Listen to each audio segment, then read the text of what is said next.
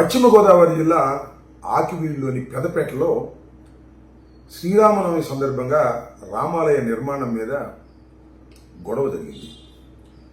సాక్షాత్తు deputy speaker త్రిపులారి గారి మీద దాడి చేసేటటువంటి ప్రయత్నం కూడా జరిగింది. ఇది సడన్గా వచ్చినటువంటి వివాదం కాదు. గత కొద్ది రోజులుగా ఈ వివాదం నలుగుతూ ఉంది. రామమందిర నిర్మాణాన్ని పునర్నిర్మిస్తామని రఘురామరాజు గారు కూటమి ప్రభుత్వం అనుకుంటే అక్కడ స్థానికులు దాన్ని వ్యతిరేకిస్తున్నారు. ఈ వ్యతిరేకతలో శ్రీరామనవమి సందర్భంగా త్రిపులారి గారు పోలీసు బందోబస్తు వెళితే అక్కడ స్థానికులు ఆగ్రహించి ఆయన మీద దాడి చేసే ప్రయత్నం చేశారు. అంటే దీనిలో మనం గమనించవలసింది ఏంటంటే పోలీసు యంత్రాంగం ఇక్కడ విఫలమైందని నేను భావిస్తున్నాను. ఎందుకంటే ఇది సడన్గా వచ్చినటువంటి తగాదా కాదు. అంతకు ముందు కూడా దీని మీద వాద ప్రతివాదాలు జరుగుతున్నాయి. అక్కడ స్థానికులు ఎందుకో కట్టొద్దంటున్నారు, ఈయన కడతానంటున్నారు. దీని మధ్యన ఘర్షణ స్వభావం, శ్రీరామనవమి రోజున వీళ్ళు ప్రత్యేకంగా వెళ్ళటం, వాళ్ళు ఆల్రెడీ ప్రిపేర్ అయి ఉండటం, ఇవన్నీ కూడా పోలీసులు ఎందుకు నివారించలేకపోయారనేది ఇక్కడ ప్రశ్న. ఈ ప్రశ్నకు సమాధానం చెప్పవలసింది హోంమంత్రి గారు, రాష్ట్ర ప్రభుత్వం. పోలీసు యంత్రాంగం పూర్తిగా విఫలమైపోతుంది రాష్ట్రంలో ఏ ప్రాంతం చూసినా కూడా. దేనికంటే అసమర్థుల్ని పోస్టుల్లో వేస్తున్నారు, సమర్థుల్ని నాన్ ఫోకల్కి పంపిస్తున్నారు.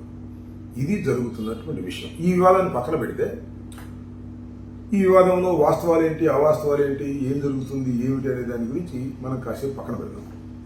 ఇక్కడ నేను చెప్పాలనుకున్న విషయం ఏంటంటే రాజుగారి మీద జరిగిన దాడి ప్రయత్నం చాలా కుట్రతో కూడుకున్నదని, దీని మీద విచారణ జరపాలని చాలా తీవ్రంగా ఖండించారు మన ఉప ముఖ్యమంత్రి పవన్ కళ్యాణ్ గారు. శభాష్, మీరు ఇలా దాడులు జరిగినప్పుడు మీరు ఖండిస్తున్నారు అంటే మీలో మార్పు వచ్చింది అనుకోవాలా, లేకపోతే మీరు స్ట్రాటజీగా ఇలాంటివి చేస్తున్నారో ప్రజలకు అర్థం కావాల్సినటువంటి అవసరం ఉంది.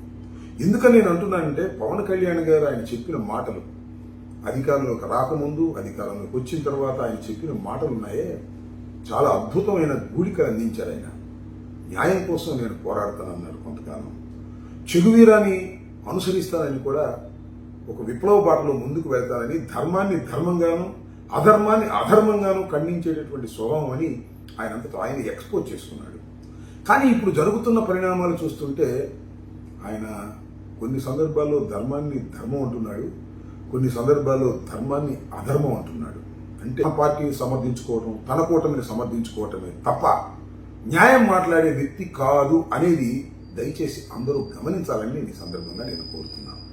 ఎందుకని నేను ఈ సబ్జెక్టు ముందుకు తీసుకొచ్చానంటే రామకృష్ణరాజు గారి మీద జరిగినటువంటి దాడి తప్పో రైటో, ఖండించాలో లేదో ప్రజలు తెలుసుకోవాల్సినటువంటి అవసరం ఉంది.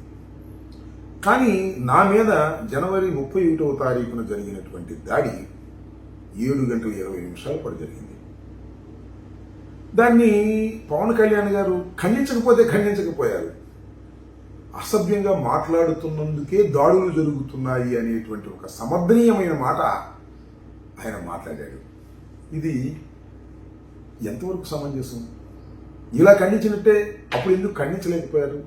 మీరు ఒకసారి చూసినట్లయితే కూటమిలో ఉన్నటువంటి బాధ్యత కలిగిన వ్యక్తులు కూడా నా దాడిని ఖండించారు ఏదో ఒక రూపంలో. ఉదాహరణకి సుజనా చౌదరి గారు, ఆయన కేంద్ర మంత్రిగా చేశారు, ప్రస్తుతం భారతీయ జనతా పార్టీ శాసనసభ్యుడిగా ఉన్నారు. ఆయన ట్వీట్ చేశారు, ఏమని?